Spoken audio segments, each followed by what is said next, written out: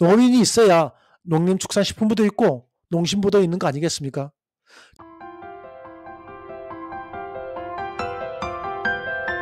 청년농 확보도 규모화도 낙제점인 농식품부, 유명무실 후계농 우대보증, 청년농 2번 울린다.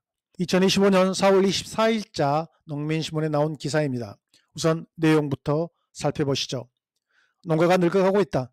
통계청이 최근 내놓은 2024년 농림어업조사 결과에 따르면 40세 미만 농가 경영주는 2014년 9,947가구에서 지난해 4,601가구로 절반 가까이 줄었다. 같은 기간 70대 이상 농가는 44만 4,910가구에서 49만 4,710가구로 10% 이상 늘었다.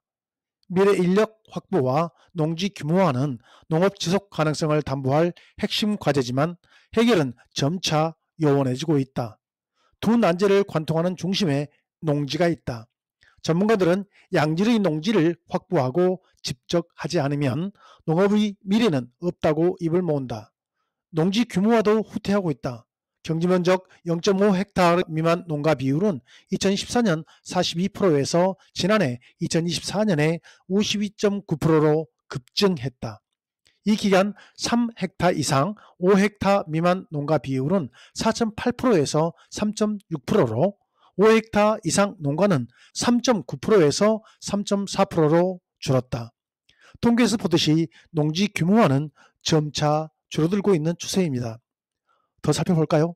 청년농들은 영농 초기부터 농지 확보의 벽에 부딪힌다.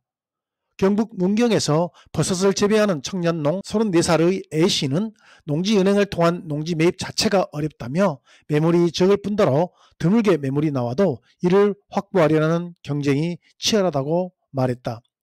경북 청송에서 사과를 재배하는 30살의 김땡땡씨는 타지에서 귀농한 청년은 농지 가격이 적절한지 매물이 농사에 적합한지 알기 어렵다며 청년농 사이에서는 부동산 중개업자나 땅 주인을 잘 만나야 정착을 할 수 있다는 조언이 오간다고 말했다.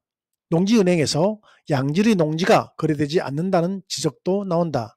김 씨는 주민들이 농지은행 매물은 피하라고 할 정도라면서 농지은행에서 농사짓기 어려운 땅을 사서 1년 고생한 끝에 탈농한 청년도 있다고 전했다. 이상 농지 문제는 영농 규모화 추진뿐 아니라 확장성에도 걸림돌로 작용합니다. 정부가 농지 이용 증진 사업을 추진하고 있지만 사업성엔 여전히 의문이 뒤따릅니다. 이런 문제의 근본 원인은 소유자와 경작자의 불일치, 부재 지주와 상속 문제 등이 비경에 깔려 있습니다. 그래서 공동 영농에 나선 농가들은 인근 농지들의 복잡한 권리관계를 파악하고자 등기부 등본을 확인하는 등 아름아름 조사해 가며 농지를 긁어모으는 실정입니다. 이건 모든 마을의 문제입니다. 근본적인 해결책이 필요합니다. 현장에서는 농지 확보부터 정착까지 단계적인 청년농 육성 방안이 필요하다는 목소리가 나옵니다.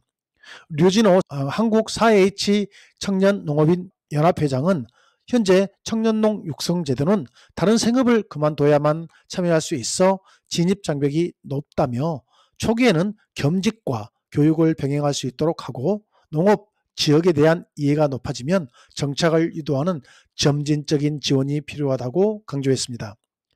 4월 25일자 한국농업인신문에 나온 기사도 훑어보겠습니다. 후계농 우대보증은 창업 5년 이내 후계농에 한해 농림수산업자 시정보증기금 이하 농심보 보증 비율을 95%로 우대해주는 제도다. 후계농의 경우 일반적으로 90% 수준으로 농심보 보증 비율이 적용된다. 농식품부는 2023년부터 후계농 육성자금 지원 한도를 최대 3억 원에서 5억 원으로 늘렸고 같은 해 10월부터 우대 보증 한도 또한 3억에서 5억으로 상향했다. 문제는 농심보 내부 규정으로 한도 상향이 무색해졌다는 점이다. 해당 규정은 3억 원 초과 시설자금에 대해 신청자의 보증 비율 50%를 요구하는 것으로 예를 들어 5억 상당의 보증 심사를 받으려면 최소 2억 5천만 원의 담보물이 있어야 한다. 뭐 이런 개떡 같은 경우가 있나? 실제 후계농의 말을 들어보자. 전남 강진의 이성희 씨는 농촌에 갓 정착해 자산 규모가 적은 청년농들에게 그 많은 담보물을 요구하는 것은 현실적으로 무리라고 지적했다. 또한 보증 비율을 맞추기 위해 시설 감정 가치를 높이려면 무리하게 불필요한 시설을 지어야 하는데 현실적으로 불가능하다고 호소했다. 보증 심사를 받기 전까지 대부분의 청년농들이 해당 규정을 알지 못한다는 것도 문제다. 전북 정읍의 청년농 A씨는 해당 규정을 모르고 버섯 재배를 위한 냉동 컨테이너를 짓기 위해 일반 건축물로 인 허가까지 냈는데 대출 승인이 되지 않았다며 한숨을 쉬었다. 이에 대해 농심보 측은 내부 규정이 최소한의 채권 보호 조치라며 어쩔 수 없다는 입장이다. 농심보 관계자는 기금 건전성을 지키기 위해 만든 규정이라 변경은 어렵다고 밝혔다. 스바 골탕을 먹든 손해가 나든 내 알 바 아니라는 겁니다. 정책하는 분 따로, 실무자 따로, 따로 국밥입니다. 농가가 늙어가고 있습니다. 대한민국이 늙어가고 있습니다. 버스 떠나고 손 흔들어 봤자 버스 안 멈춥니다. 농업인이 있어야 농림축산식품부도 있고 농심부도 있는 거 아니겠습니까? 전폭적인 지원을 하지 않고서 어떻게 청년농을 키운단 말입니까? 감사합니다.